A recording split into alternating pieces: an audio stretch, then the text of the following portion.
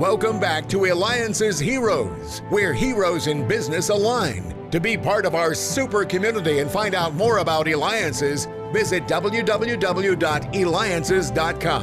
Now, back to our super host, David Cogan, founder of Eliances. Well, good morning. That's right. This show is all about heroes, those that are making a difference in their community, building their community. And today, oh my gosh, you know what? We've had a lot of guests on, but wait till you hear who we have on now. He is the former president of the United States, so you're probably trying to figure out which one. Let me give you another clue. 42nd president of the United States. Still not sure? Oversaw the country's longest peacetime economic expansion. That's right. President, you ready for this? Bill Clinton. So good morning to you, Bill. You're the 42nd president of the United States, and now you could be the first, I think we call it, gentleman of the United States, as your wife, Hillary, is running for president. How will it feel to possibly be back in the White House? Well, I think, just being in the White House, again, if it happens, and it's certainly not a sure thing, but it would be amazing. If nothing else, I would know my way around without bumping into things. Sure, certainly. But it would truly be an honor to serve the people and be part of the executive branch again. That is for sure. Now, there must be so much pressure being the commander-in-chief of the greatest country in the world. Tell us, though, does the president really have the ability to launch nuclear weapons on a single command? Well, it is a bit of a chain of command, and it's I have to say it's a bit classified as to the exact procedure, but once all of the various protocols have been followed and so on, it is the president that makes the ultimate decision on whether to fire those. But heaven forbid, I don't think we're ever going to have to do that, God willing. Now, I know you've done a gazillion interviews on every channel, every station, all over the world. You're known for your humanitarian efforts and your post-presidency, doing so much for the community. But I must ask you, share with our listeners maybe what's one question that you've never been asked that you can answer? Well, probably that one. I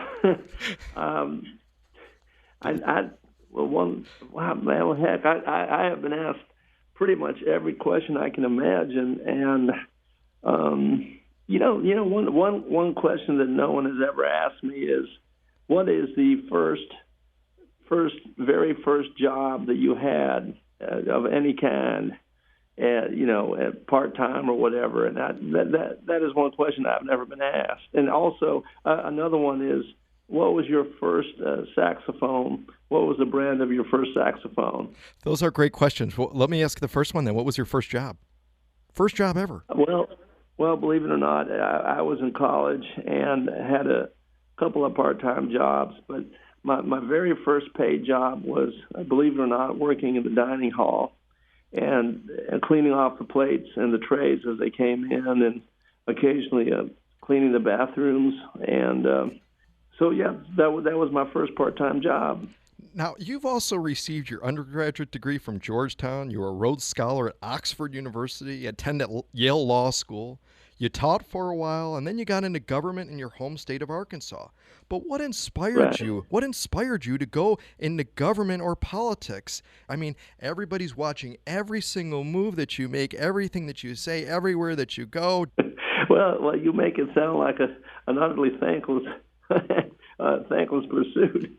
No, I'm just kidding. But it is, public service is something that is definitely a labor of love, and it's something that obviously if one goes into the private sector, one can make a lot more higher income, and so it is a labor of love, and that is the upside. And the downside is that every aspect of your life is going to be examined.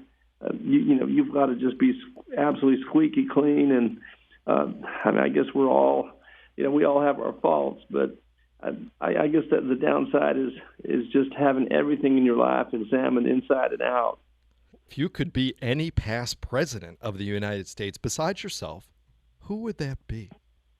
Well, as you may have heard, I had the opportunity to shake Mr. Kennedy's hand when I was 17 years old, and I was just a kid. I would say that my favorite, though, I'd want to be, despite the fact that he was a Republican, Abe Lincoln would be the one I would choose. Incredible. Abe Lincoln. And you're listening to Eliances Heroes. Are you a hero in business? Go to Eliances.com. That's Eliances.com. That's right, the place where entrepreneurs align. And we have President Bill Clinton on the air. President Bill Clinton.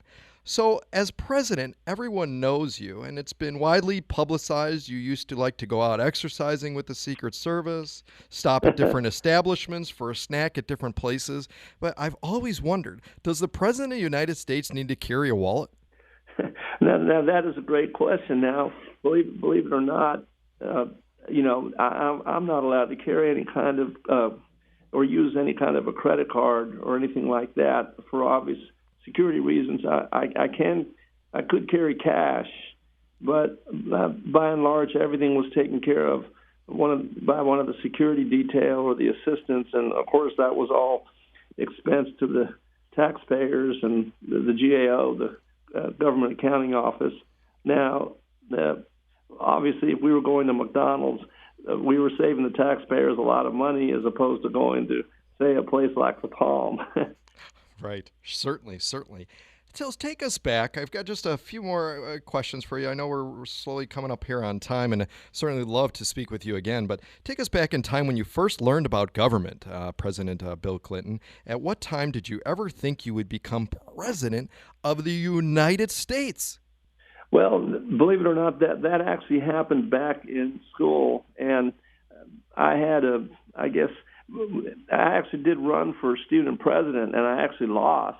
And believe it or not, the reason I lost is they said that I was too political, if you can believe that. So I've always had an interest in the government, and this is definitely, as you said, the greatest country in the world, and it's just a very intricate government and the way it works, and the three branches of the judiciary and the legislative and the executive, the way they work together. It truly is a unique system in the world, and I'm just so happy I was able to be a part of it and hopefully get to be part of it again. Well, we've only got about a little less than a minute left, but you've held the highest position in government you could possibly attain. You've been super successful. But again, this is really less than a minute left, though. But what's on your bucket list? What is something that you have not done yet? I have never been the first gentleman in the White House, and that is something that is on my bucket list to do. I mean, I got to tell you, and I don't normally say, but you just sound a little bit different on the phone than you do on TV. Well, and I'm not feeling very well right now, to be honest with you. I have a bit of a cold.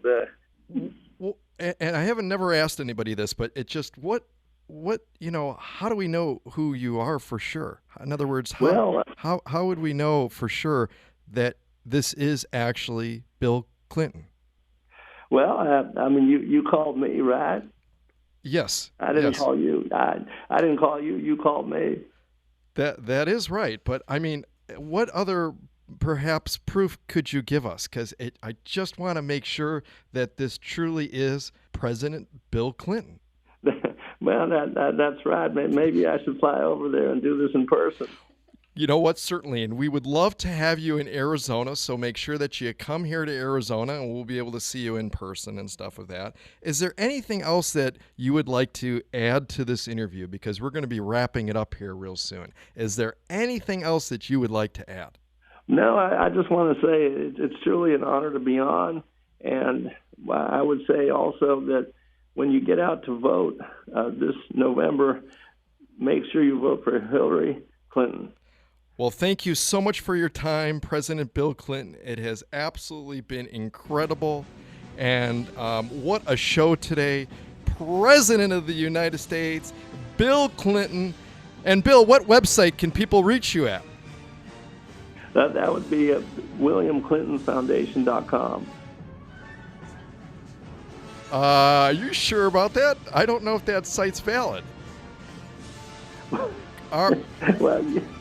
you can certainly try it. I don't know about that. This, all right. This sounds like somebody else that we had on as an interview.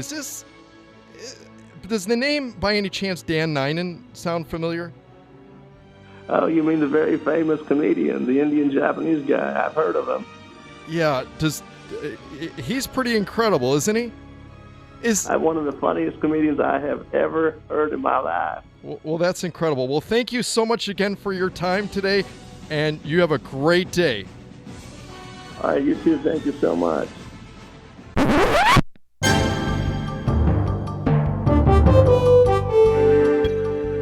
This is Glue, the producer of the Eliances Heroes show. After further research, we have determined that interview you just heard was actually with comedian Dan Ninen. You can reach him at comediandan.com. Thank you again for listening to Eliances Heroes.